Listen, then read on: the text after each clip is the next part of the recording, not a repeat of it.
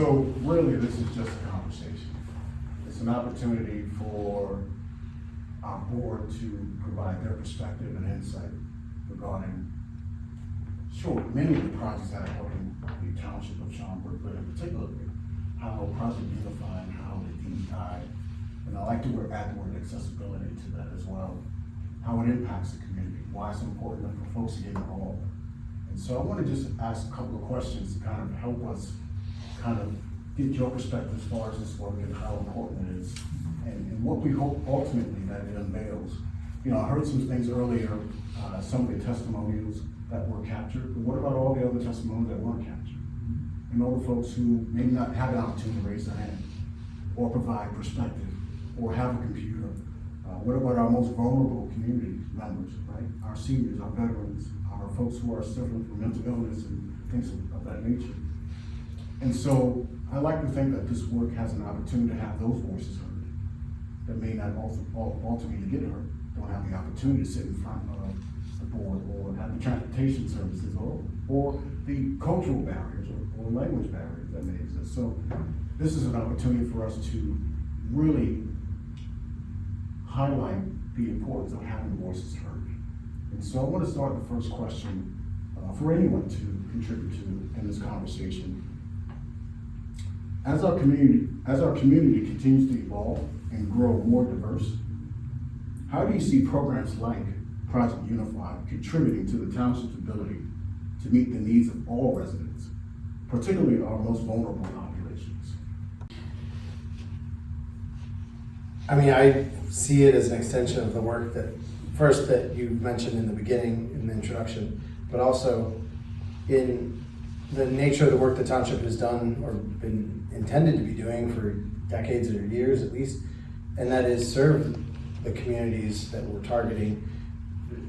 It's unique that diversity, equity, inclusion, these are words that we want to make sure are in our mission, our values, that maybe weren't always present verbally, but like should have been because of who we serve.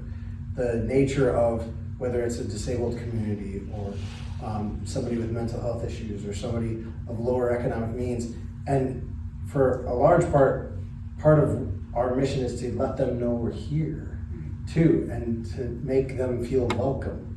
And so I can't foresee why anybody wouldn't understand why we need to have inclusivity across the board. And so if it means we have a program that, you know, on our website we can translate so that more people can understand what our services are that we're offering, then so be it. Let's get the word out more. Yeah. And I just want to say, for 23 years I've been here as a trustee, a clerk, and a supervisor, other than meaning that I'm old, I guess. Touching on Trustee Gibson's comments and Highway Commissioner Kegerei's, I've been here that long trying to reach out, trying to take care of anybody in the township, you know, and then some. So, but what I think in the past, between resources, we didn't have the right people in, you know, for technology. So we probably did miss people, and not intentionally, but also trying to make people aware that we're Schaumburg Township and this is what we do versus the village of Schaumburg that people get confused with. But I appreciate the collaboration with you, Dr. Bailey, and of course Harper, and what we're doing to try to make sure we don't miss anybody. That's how I look at it. Yeah, I would add that, you know, our mission around DE&I is critical because not only what it is that we're trying to do as far as services that we provide to the community, but as you mentioned it, you know, in the opening statement, you know, accessibility, right? And in many cases, you know, the people who are marginalized in our society are the ones that are most often find themselves in most need. And, you know, being able to find the help or support that you need is not for lack of wanting to find it, but sometimes for lack of ability to actually get it. And so one of the things that is important about the work that we do around DE&I is that we have to be able to open up our aperture so that we can see that there are pockets of need that we may not have been able to pick up on in the past. And so that means having a better understanding of what the cultural makeup of our communities are and what unique challenges those different communities may have. And so I said in the board meeting today, as part of some comments that I made, that, you know, what we need to do is meet people where they are. And so that's kind of how I see, you know, DE&I from a 30,000 foot view. Now that's very generic, right? Now we can get into the weeds, but I'm just saying, being able to find people where they are is really important. Director Nelson shared a story a few weeks back about, you know, visiting an apartment community for the first time, and it was predominantly, I believe, Hispanics. I may be misinterpreting the cultural representation of the people, but they really didn't know that the services were available, but they were in need of those services. And food services, utility payment services, rent services. And so there's a pocket of potentially hundreds of people that are missing out on the ability to get services that they may need. And so those are things, those small, are vitally important to our ability to cross lines into areas where we've not been able to do that in the past. I think what I'm hearing is the work of diversity, equity, inclusion, and accessibility.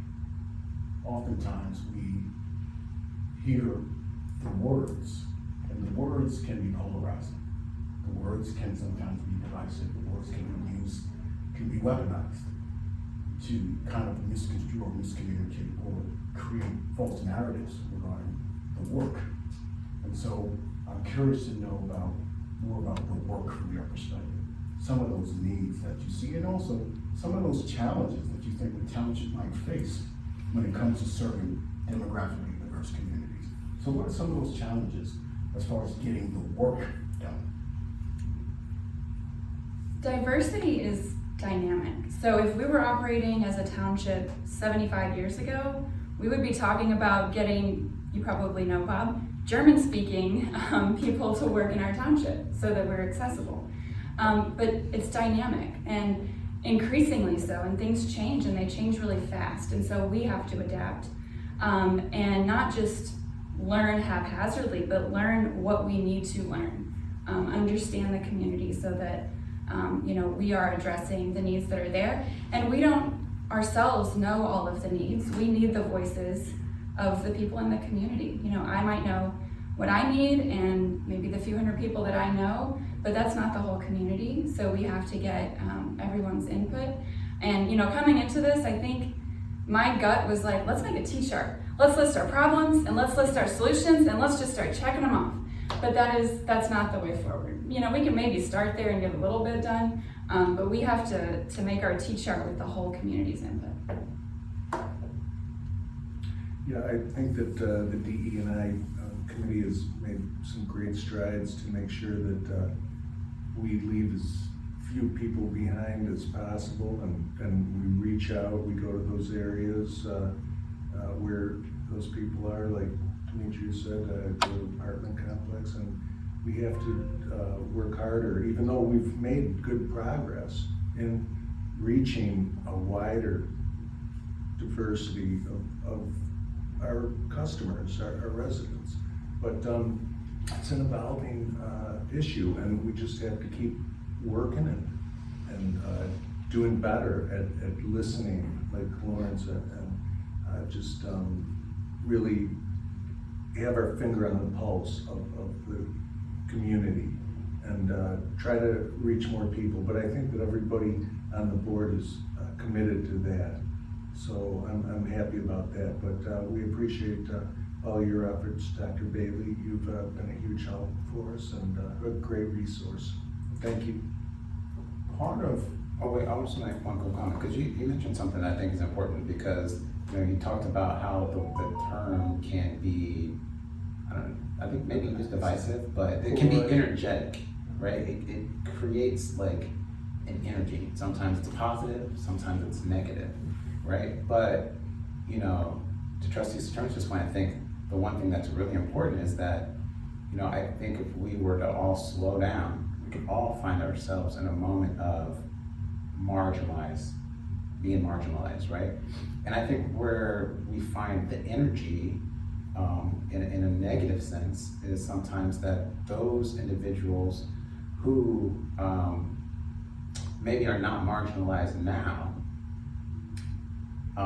feel like they may be getting the short end of either service or a process or a product because we're trying to raise up others to meet them where they are. And you know, some of that I think is around insecurity. You know, some of it's probably around communication. Again, you know, to trustees' attorneys' point, we don't have all the answers. This is why we partner with great people like yourself and Harper College. But you know, if we fail to continue to turn over stones to find something new, then you know we find ourselves in a situation where we don't take the opportunity to do the things for everyone that we could do. In the 2+ decades that I've been serving communities here and abroad, what I find is that the most healthiest, thriving communities are ones that listen to their residents. Those are the communities that are good stewards of residents' dollars. You know, I come across so many communities, so many townships and villages and counties and cities that just check off the box. And you hope that whatever that box checking works. And unintentionally, they may have a lot of blind spots that unfortunately not being addressed or checked in that checkboxing activity. And so that's why it's so important to get community voices involved. And so my last question I have for you is, how do you envision the community input through the project shaping future programs and policies to better serve Township of Schaumburg's diverse residents? I think that Rolling Meadows example, that's the far northeast corner of our township, kind of over by the convention center, you know, Algonquin Road and Route 53. And there's like apartments in the front that I think are, you know, they might be low income, but they seem okay. This community was kind of like hidden, you know, behind them. And I think Elk Grove Township kind of took care of them, or Rolling Meadows proper did. And I'm embarrassed that I didn't even realize that they were there because they're kind of tucked in the back. So there was a little confusion early on when Rolling Meadows came to us about it, that they couldn't get here, but it was more that they didn't know about us. So now that they did, we did something we've never done before. We went right out to the community then in welfare services to show, you know, that we cared and whatever we can do to try to help. And now that's underway. So, you know, appreciate that. I think one way to answer this question is to kind of double back to your last question and Trustee Gibson's point about some of the challenges that we have with this. And the word you add on, the accessibility, making sure things are accessible to a community that might not be aware of it, but also the challenge, the other challenge of the energy, good or bad, that can be behind these kind of initiatives. And I think what puts wind in our sails for still engaging the community and hearing the voices, good or bad, and hearing all opinions, what puts that wind back into our sails is that many of us ran for office on the, you know, a platform that said we want to bring diversity, equity, inclusion to the township, where that didn't exist those words didn't exist on the website, and the mission, values just was non-present.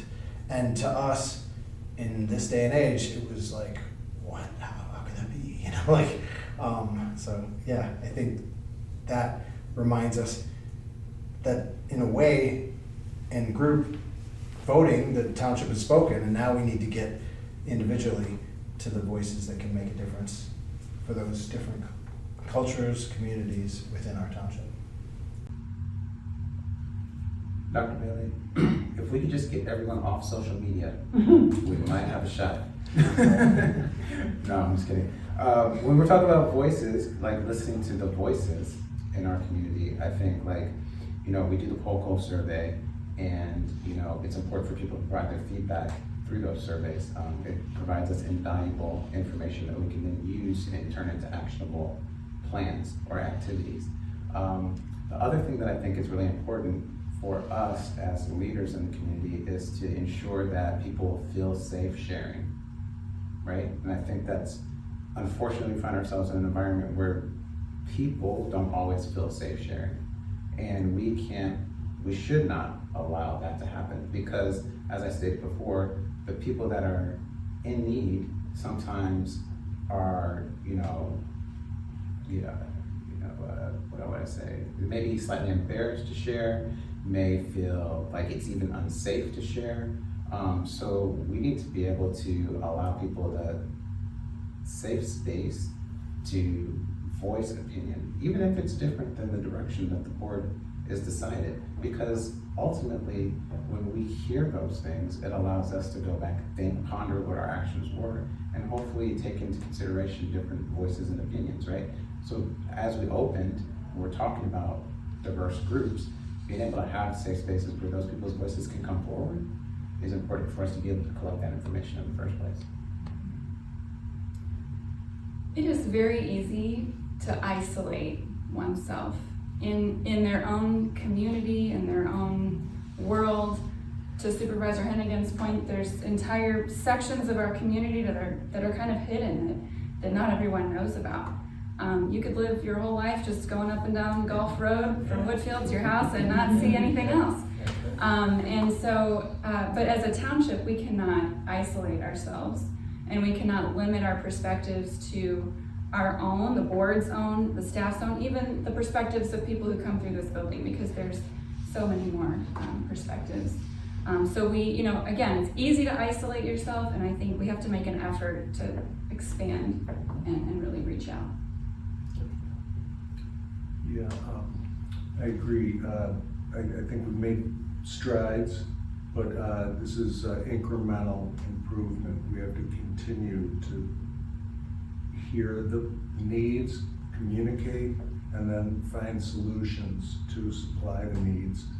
And that is a huge part of why we did run, because we wanted to serve 100% of the community, and that's our goal. That's what we're working towards, and I think that we've had some success, but we're not resting. We're going to keep striving to get every last person included.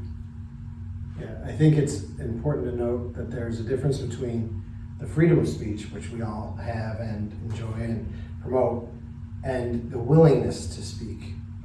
For many of those in our community that might feel isolated or culturally different, whether it be from disability or from different races. And I think it's important that we create that intentional safe space for them to be able to feel that they too are free to speak their piece to us and their needs to us, most importantly, so that we can serve them better. I think you bring up just a well-rounded point. I want to put a pin in this. We don't know what we don't know, but oftentimes we don't recognize our own diversity. We polarize our diversity primarily based on race, ethnicity, and gender.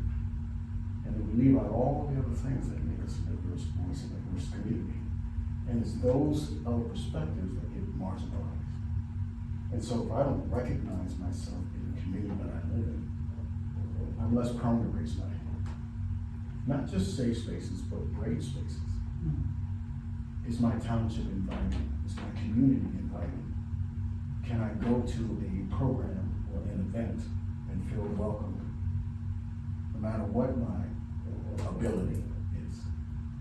And so this work is about folks recognizing that we all bring a certain level of diversity to the table. How do I make sure that I still feel welcome, empowered, and have a true sense of belonging for the community that I live, play, and serve in? And so this is what this work is for, and this is why I wanted your perspective and insight on the importance of this work. So I appreciate you taking a moment of your day and sharing your perspective with me. Any final thoughts, any final words you want to close out with?